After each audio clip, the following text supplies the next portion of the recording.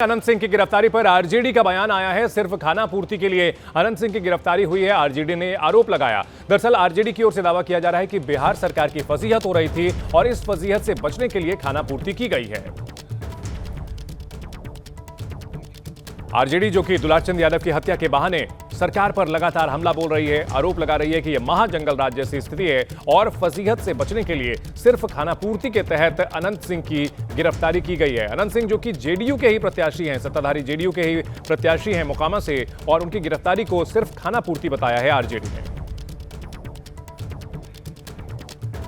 दुलारचंद की हत्या को लेकर के बड़ा सियासी संग्राम छिड़ा हुआ है और इन सब के बीच आरजेडी एक बार फिर से हमलावर है। गिरफ्तारी के बाद उन्होंने कहा कि यह सिर्फ खानापूर्ति के लिए कदम उठाया गया है।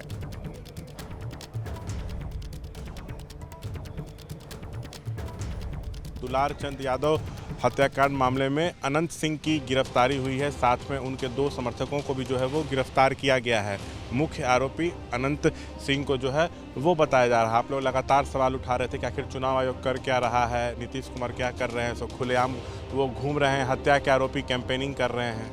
यही सवाल उठाने का और दबाव का असर है कि अपनी फजियत होता देखकर फजियत से बचने के लिए ये खानापूर्ति की गई है, इतने विलम्ब से की गई है। एफआईआर में नाम था, प्रचार कर रहे थे, लगातार श्री तेजस्वी यादव जी ये सवाल खड़े कर रहे थे चुनाव आयोग से, प्रशासन से। ये आखिर इस चुनाव में हत्या हुई, खून के छींटे पड़े, इसके लिए दोष कौन है? आज आदरणीय प्रधानमंत्री जी आ रहे हैं तो जंगल राज का कैसेट बजाएंगे, उनको बताना चाहिए ये गुंडा राज क्या है, ये क्या बता रहा है। गरीबों के राज, जनता के राज को आप जंगल राज बताते और ये गुंडा राज, अपराधी राज के दबाव में और जो फजीहत हो रही थी उस कारण खानापूर्ति में ये खानापूर्ति किया गया है। सत्ता का संरक्षण अपराधियों को है, ये तो स्पष्ट है ना, इसमें कहाँ कोई। ये मोकामा हॉट सीट है, वहाँ पर आरजेडी प्रत्याशी हैं सुजभान की पत्नी। 2 बाहुबलियों के बीच टक्कर होनी है जिसमें एक गिरफ्तार हो। चुनाव में जनता, लोकतंत्र में जनता मालिक है, जनता तय करेगी। जनता को कलम बांटने वाला सरकार, नौकरी बांटने वाली सरकार, तेजस्वी सरकार चाहिए, या ये गोलियों की बौछार वाली और गोलियों की तड़तड़ाहट वाली तलवार बांट। ऑर्डर कहीं न कहीं सवालों के घेरे में है। सिवान में पुलिस अधिकारी की निर्मम तरीके से धारदार हथियार से हत्या की गई, आरा में डबल मर्डर हो गया, बाहुबली नेता दुलारचंद यादव की हत्या। हमने कहा कि सिवान में अभी 2-3 दिनों के अंदर देख ली, सिवान में एएसआई की हत्या, आरा में 2 लोगों की हत्या, रोहतास में ताबड़तोड़ गोली। बिहार के कानून व्यवस्था पर लगातार सवाल खड़े करने वाले लोगों को फर्क मालूम हो गया कि 90 से 2005 में अगर ऐसे अपराध होते थे तो फिर पुलिस की हैसियत नहीं थी कि वो राजनीतिक दलों के बड़े नेताओं के खिलाफ हाथ डाल सके। लेकिन एनडीए ने नीतीश कुमार जी के नेतृत्व में विभिन्न अवसरों पर जब भी कभी पार्टी या गठबंधन के किसी नेता ने कानून को हाथ में लेने की कोशिश की, कार्रवाई हुई और ताज़ा जो गिरफ्तारी है उसी दिशा में एक बड़ा फैसला है। और निसंदेह ये दोनों ही जंगल राज का वो जो दौर है और आज के सुशासन की जो सरकार है, दोनों के काम करने के तौर तरीकों का जो बड़ा फर्क है उसको साफ साफ स्पष्ट करती है। अनंत सिंह की गिरफ्तारी पर थोड़ी देर पहले बिहार के डीजीपी ने एबीपी न्यूज से बात की और अनंत सिंह की गिरफ्तारी के पूरे ऑपरेशन और अब तक की जांच को लेकर विस्तार से जानकारी दी।